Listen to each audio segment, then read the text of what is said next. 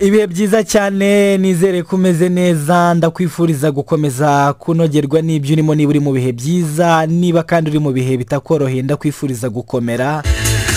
Nitwa Brice ngo ikaze muri Brice Talks episode ya 28. Umva uyu munsi tugiye kwibukiranya aba bantu ndabizi neza nawe urabazi.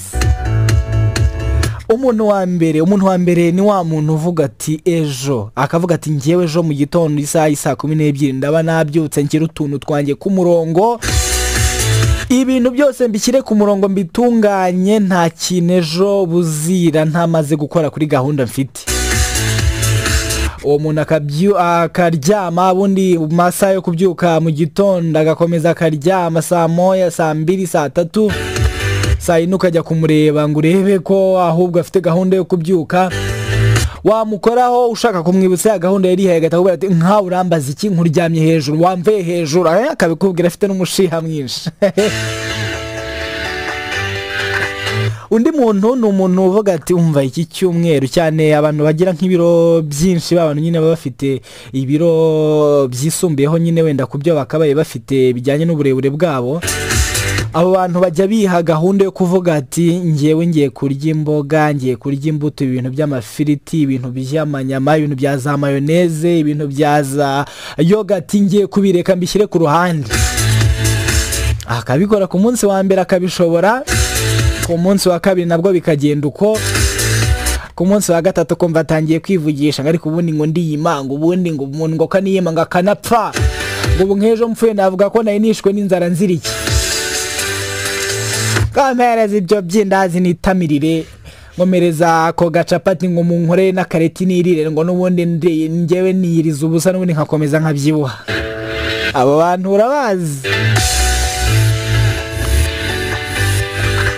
Undi muntu ni umuntu wavuga ati mukaba nko muri kumwe nko muri gahunda zitandukanye akakubwira ati umva reka nibete gatoya nsinzireho iminota 15 ndahita ngaruka, ati ibitotsi birandembeje. Ukagera ukibagirwa ko yaranahari nyuma y'amasaha 6 ukabona arabyutse araje aninanura rwose agifite n'ibitotsi byinshi, ukavuga uti se ni iminota 15 cyangwa byagenze biti.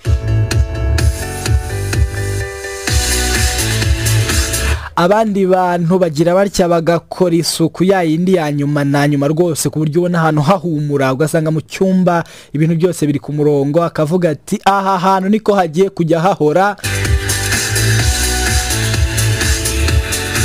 Ubundi ejo azahagaruka akavuga uti aha se ni hahandi cyangwa ndayobye. Ushobora gusanga umusego uteretse nko kuri yawurute yapfunduye ejo, ukajya kubona ukabona nka telefone irambitse nko mu gicupa cya mayoneze kiri hafi aho ngaho kandi utamenya n'ukuntu cyahageze, ukavuga uti uyu ni wa muntu wari wambwiye ko ibintu agiye kubishyira ku murongo.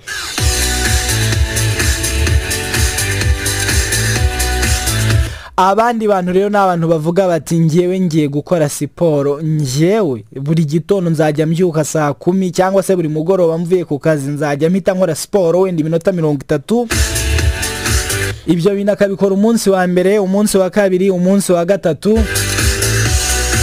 Ubundi ku munsi wa kane wamubwira uti kutajya muri siporo, ukumva atangiye kwivugisha utuntu ariko ubundi ngo kari umubiri wanjye ngo nuwawe, ngo ubundi ngo wajya ureba ibikureba. Ugasanga nyine atangiye kugushihura kandi rero wabyivugiye nabivuze utamubajije.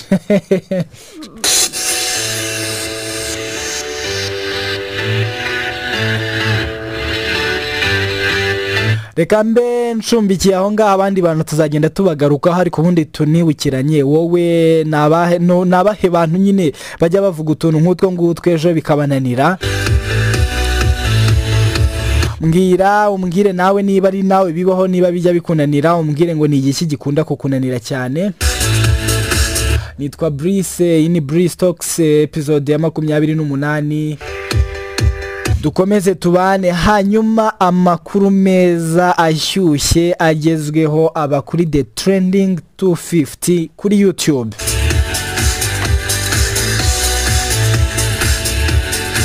Reka mbashimire mukomeze kugira ibihe byiza naho ubutaha.